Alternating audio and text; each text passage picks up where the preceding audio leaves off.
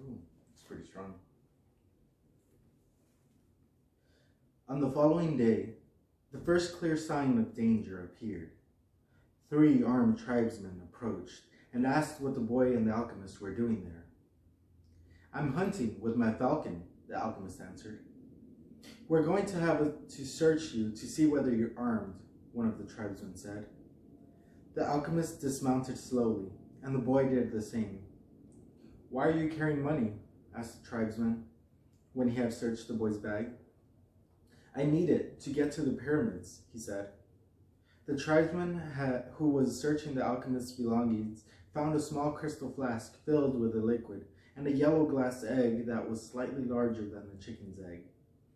"What are these things?" he asked. "That's the Philosopher's Stone and the elixir of life. It's the master work of the alchemists. Whoever swallows that elixir will never be sick again, and a fragment from that stone turns any metal into gold." The Arabs laughed at him, and the alchemist laughed along. They thought his answer was amusing, and they allowed the boy and the alchemist to proceed with all of their belongings. "Are you crazy?" the boy asked the alchemist when they had moved on. "What did you do that for?" "To show you one of life's simple lessons," the alchemist answered. "When you possess great treasures within you and try to tell others of them, seldom are you believed." They continued across the desert. With every day that passed, the boy's heart became more and more silent. It no longer wanted to know about things of the past or future. It was content simply to contemplate the desert and to drink with the boy from the soul of the world. The boy and his heart had become friends, and neither was capable now of betraying the other. When his heart spoke to him, it was to provide a stimulus to the boy and to give him strength, because the days of silence there in the desert were wearisome. His heart told the boy what his strongest qualities were: his courage in having given up his sheep and in trying to live out his personal legend, and his enthusiasm during the time he had worked at the crystal shop. And his heart told him something else that the boy had never noticed. It told the boy of dangers that had threatened him, but that he had never perceived. His heart said that one time it had hidden the rifle the boy had taken from his father, because of the possibility that the boy might wound himself. It reminded the boy of the day when he had been ill and vomiting out in the fields, after which he had fallen into a deep sleep. There had been 2 thieves farther ahead who were planning to steal the boy's sheep and murder him. But since the boy hadn't passed by, they had decided to move on, thinking that he had changed his route. "Does a man's heart always help him?" the boy asked the alchemist. "Mostly just the hearts of those who are trying to realize their personal legends. But they do help children, drunkards, and the elderly too." "Does that mean that I'll never run into danger?" "It means only that the heart does what it can," the alchemist said. One afternoon, they passed by the encampment of one of the tribes. At each corner of the camp were Arabs, garbed in beautiful white robes, with arms at the ready. The men were smoking their hookahs and trading stories from the battlefield. No one paid any attention to the 2 travelers. "There is no danger," the boy said when they had moved on past the encampment. The alchemist sounded angry. "Trust in your heart, but never forget that you're in the desert. When men are at war with one another, the soul of the world can hear the screams of battle. No one fails to suffer the consequences of everything under the sun." All things are one, the boy thought. And then, as if the desert wanted to demonstrate that the alchemist was right, 2 horsemen appeared behind the travelers. "You can't go any farther," one of them said. "You're in the area where the tribes are at war." "I'm not going very far," the alchemist answered, looking straight into the eyes of the horsemen. They were silent for a moment, and then agreed that the boy and the alchemist could move along. The boy watched the exchange with fascination. "You dominated those horsemen the way you looked at them," he said. "Your eyes show the strength of your soul," answered the alchemist. That's true, the boy thought. He had noticed that in the midst of the multitude of armed men back at the encampment, there had been one who stared fixedly at the 2. He had been so far away that his face wasn't even visible, but the boy was certain that he had been looking at them.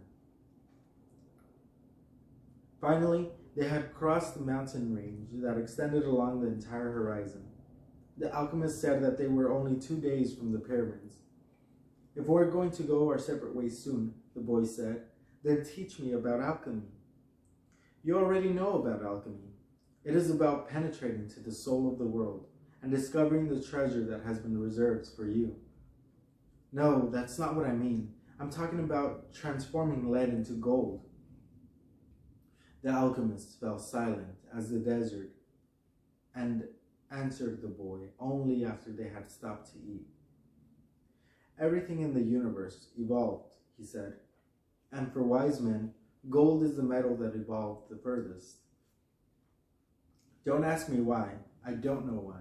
I just know that the tradition is always right. Men have never understood the words of the wise, so gold, instead of being seen as a symbol of evolution, became the basis for conflict. There are many languages spoken by things," the boy said. "There was a time when, for me, a camel's whinnying was nothing more than whinnying. Then it became a signal of danger. And finally, it became just a whinny again." But then he stopped.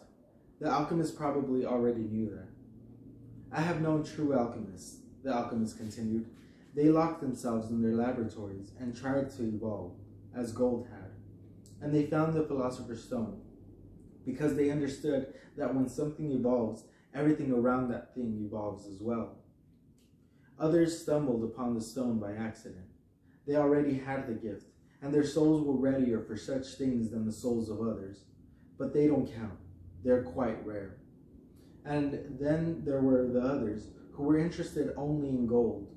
They never found the secret. They forgot that lead, copper, and iron have their own personal legends to fulfill. And anyone who interferes with the personal legend of another thing never will discover his own." The alchemist's words echoed out like a curse. He reached over and picked up a shell from the ground. "This desert was once a sea," he said.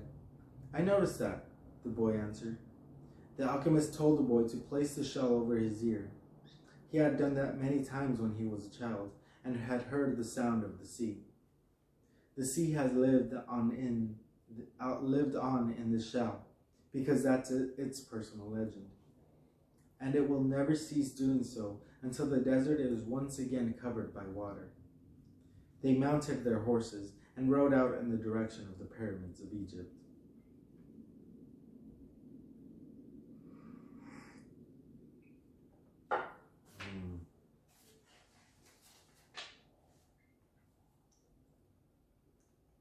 The sun was setting when the boy's heart sounded a danger signal. They were surrounded by gigantic dunes, and the boy looked at the alchemist to see whether he had sensed anything, but he appeared to be unaware of any danger. 5 minutes later, the boy saw 2 horsemen waiting ahead of them. Before he could say anything to the alchemist, the 2 horsemen had become 10, and then 100, and then they were everywhere in the dunes. They were tribesmen dressed in blue, with black rings surrounding their turbans. Their faces were hidden behind blue veils, with only their eyes showing. Even from a distance, their eyes conveyed the strength of their souls, and their eyes spoke of death. The 2 were taken to a nearby military camp. A soldier shoved the boy and the alchemist into the tent, where the chief was holding a meeting with his staff. "These are the spies," said one of the men. "We're just travelers," the alchemist answered. "You were seen at the enemy camp three days ago, and you were talking with one of the troops there." "I'm just a man who wanders the desert and knows the stars," said the alchemist. "I have no information about troops or about the movement of the tribes. I was simply acting as a guide for my friend here." "Who is your friend?" the chief asked. "An alchemist," said the alchemist. "He understands the forces of nature, and he wants to show you his extraordinary powers." The boy listened quietly and fearfully. "What is a foreigner doing here?" asked another of the men. "He has brought money to give to your tribe," said the alchemist, before the boy could say a word. and seizing the boy's bag, the alchemist gave the gold coins to the chief. The Arab accepted them without a word. There was enough there to buy a lot of weapons. "What is an alchemist?" he asked finally. "It's a man who understands nature and the world. If he wanted to, he could destroy this camp just with the force of the wind." The men laughed. They were used to the ravages of war and knew that the wind could not deliver them a fatal blow. Yet each felt his heart beat a bit faster. They were men of the desert, and they were fearful of sorcerers. "I want to see him to do it," said the chief. "He needs 3 days," answered the alchemist.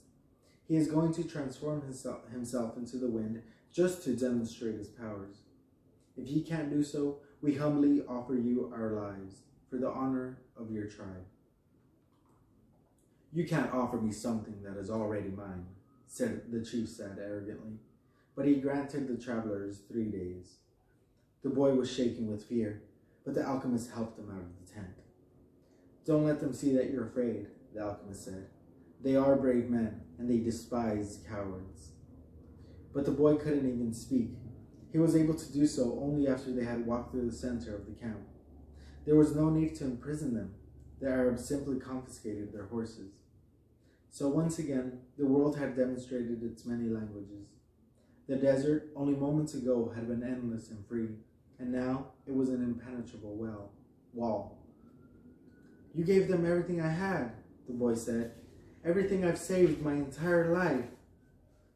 "Well, what good would it be to you if you have to die?" the alchemist answered.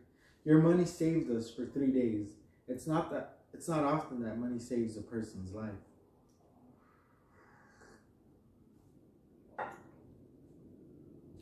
But the boy was too frightened to listen to the words of wisdom. He had no idea how he was going to transform himself into the wind. He wasn't an alchemist. The alchemist asked one of the soldiers for some tea and poured some on the boy's wrists.